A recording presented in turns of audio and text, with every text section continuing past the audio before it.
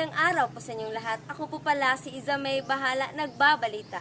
Ngayon, tutunghayan na po natin ang mga opinyon sa mga tao kung bakit nga ba pinapatupad ang programang K-12 curriculum. Malalaman po natin ang ating mga pagbabalita ni Miss Cherilyn Limpiado. What's up everyone? Ako po pala si Cherilyn Limpiado, Katin Bernardo ng Butuan City. Oh. Tara po tayo, tatanong po tayo ng isang tao na sasagot sa ating tanong.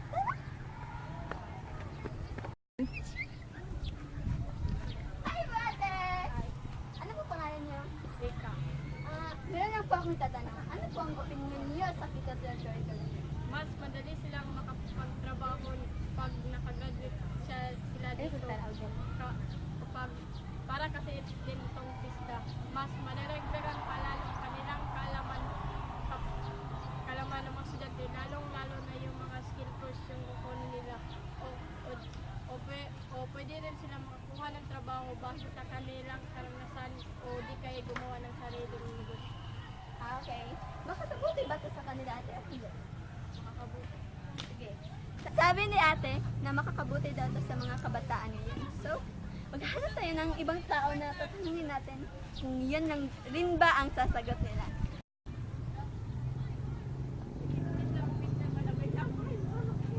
Hello po kuya! Anong ginagawa niyo? Ang magbabasa ng libro. Ang babasa ng libro. Boring naman. So, yun lang po ako tatanong. Ano po ang opinion niyo sa programang K-12 curriculum? Para sa akin, masyado nang matagal ang oras ng mga kabataan ngayon sa pag-aaral. Tatanda sila sa pag-aaral. Anong klaseng trabaho kaya ang mabibigay ng gobyerno sa kanila? Yan ang tanong. And para sa akin, kung halimbawa, hindi sila nakatungtong ng kolehiyo, yun lang po. Pero sa inyo po, hindi makakabuti ba ito sa kanila o hindi? Makakabuti kasi ang mga natutunan nyo sa, for example, sa high school, kung ano ang natutulong ng technical vocational education sa inyo, may gamit mo ito sa inyong pagtatrabaho. Yun lang po. Sabi ni Kuya, madagdagan lang ang taon ng mga estudyante ngayon. Oh my God, iba-iba yung sagot nila. Nakakarita na. Tara, hanap muna tayo ng iba dyan. Punta muna tayo sa ibang lugar. Ano Kuya? Pwede bang magtanong? Meron lang pa ako itatanong sa inyong dalawa. Ano pong opinion niyo sa programang K-12 curriculum niyo? Para sa akin, how come kindergarten graduates can easily find a job when in fact those college graduates are still struggling to find a job? How would it help our country when we still have the issue of poverty in our country and we still have a high percentage of unemployment in our country? Okay po. That's great. Kasi, Para sa akin, wala namang problema ang K-12 kung ano ang nitong prioridad ay pangailangan ng ating bansa. Hindi yung pangailangan ng ibang bansa, cheap labor lang naman yan. sabi nila na okay lang daw ang ibang mga estudyante na okay lang ang K-12 sa kanila. Pero meron ding ibang mga estudyante na naghihirap sa pag-aaral ngayon. Kaya bakit nga ba pinapatupad ang programang K-12 curriculum ngayon? Nandito pa tayo sa paaralan ng Butuan City School of Art and Trade. So, tatanungin po natin si Teacher Polian sa ating tanong. Hi po! Hello. Polian, meron na po kami itatanong sa inyo. Ano po opinion niyo sa programang K-12 curriculum ngayon? As a teacher, I know it will be long for them to be in school, but when they graduate, they will have job based on their career they want. So, sa tingin niyo, makakabuti ba ito sa kabataan ngayon o hindi? Makakabuti naman ito para sa kanila dahil kapag nag-graduate na sila sa K-12, pwede na sila makapaghanap ng trabaho kahit hindi pa sila graduate sa college. Salamat po! At sabi ni Mr. Polian na makakabuti daw ito sa mga kabataan. Go! At dito nagtatapos ang aking pagpapatrol kung anong opinion nila sa programang K-12. Maraming salamat sa iyo, Miss Limpiado.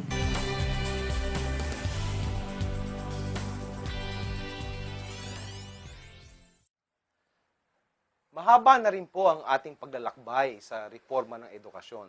Hindi naman lahat po sa K-12 program natin ay bago.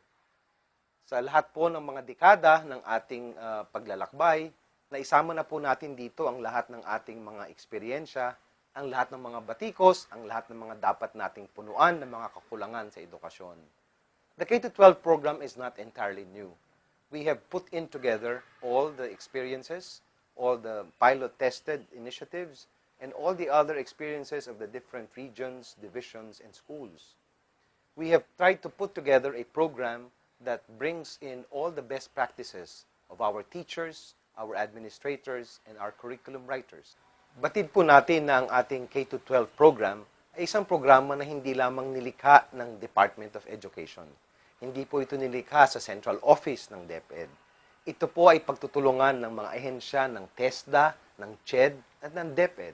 At kasama po ang ating mga education stakeholders, tayo po ay nakipagtulungan sa Department of Labor, kagaya po ng local government units, ang ating pong business partners, ang ating pong mga magulang, at lalong-lalo na yung ating mga mag-aaral.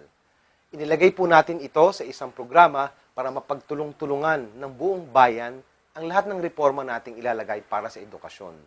I hope that this journey will be sustainable and will be something that we can be proud of for the next generation of Filipinos. It is something that we would need to gift the next generation so that we could be on par with the rest of the world.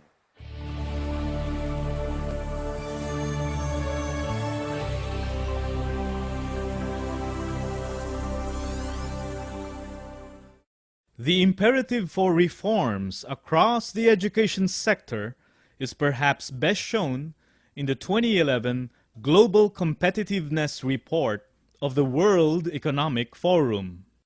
While the Philippines moved up 10 spots to 75th out of the 142 countries in the overall rankings, we continue to lag behind nearly all ASEAN countries except for Cambodia. In education, the Philippines ranked 5th out of 8 ASEAN countries surveyed in terms of quality of education and 8th or last among ASEAN countries in quality of science and math education and capacity for innovation. Plugging input gaps will go a long way towards improving education outcomes, but that in itself is not enough.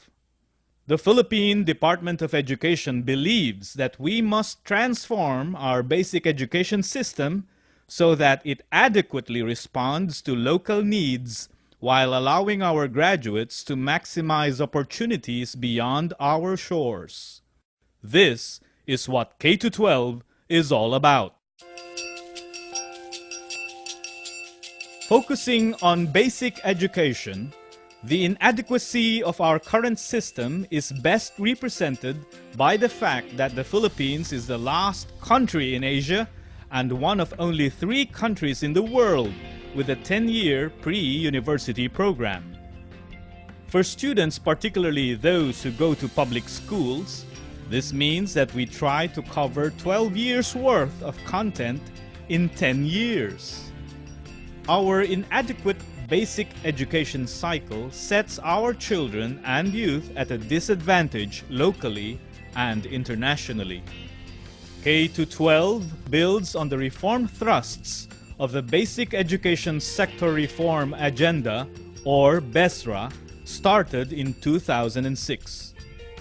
The Basic Education Sector Reform Agenda is a package of initiatives aimed at improving access and quality of basic education in the country. BESRA is part of the commitment to achieve the Education for All. K-12 is one of the key strategies to achieve Education for All.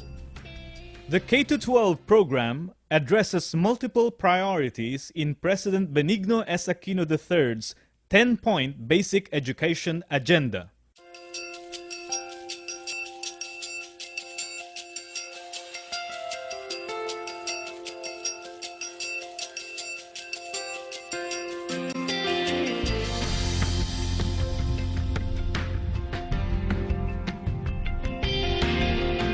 The K-12 basic education cycle consists of 1 year of kindergarten, 6 years of elementary education, 4 years junior high school, and 2 years senior high school. Typical students begin preschool or kindergarten at age 5 and complete the entire program at age 18. All schools, both public and private, must adhere to the minimum standards prescribed in the K-12 basic education program. These include age requirement. Students begin elementary at age 6 after at least 1 year in kindergarten. Duration. Students go through at least 1 year of kinder or preschool and 12 years of basic education. Private schools can continue to offer preschool programs at an earlier age. Curriculum. The kindergarten and basic education programs offered by schools must cover the content specified in the K-12 basic education curriculum. Private schools may offer enhancements and innovations over and beyond those prescribed.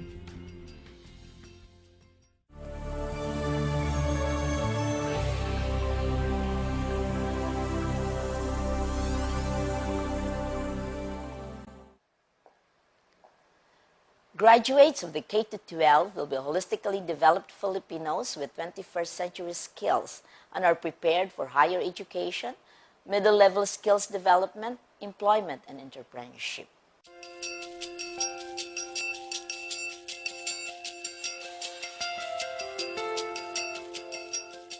There are 4 areas in the 21st century that should be developed among the students. 1 is learning and innovation skills. 2, information, media, and technology skills. 3, effective communication skills. And the last is life and career skills.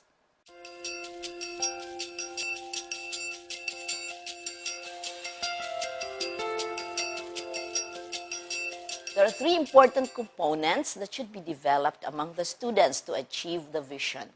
The first one is let the students acquire the basic competencies for learning, meaning reading, writing, mathematics, and the learning to learn skills. They should be emotionally aware and socially proactive in order for them to develop their own community. And the last one, they should be prepared for higher education, middle-level skills development, employment, and entrepreneurship.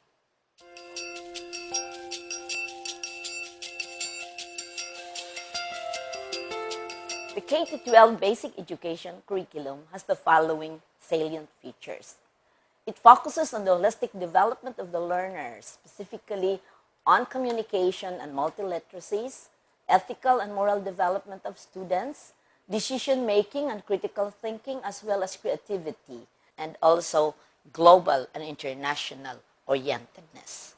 It is outcome-based because it prepares the learners for higher education, middle-level skills development, employment, or entrepreneurship. It is anchored on 4 principles. The first principle is inclusive education, or providing education to all diverse learners. It is based on child and youth development principles. The third one is learning and teaching principles and assessment principles. It ensures that the learning domains are carried out by learner-centered pedagogical approaches that are really supported by teacher development, administrator support, and also different learning resources that should be made available to the students and parent and community.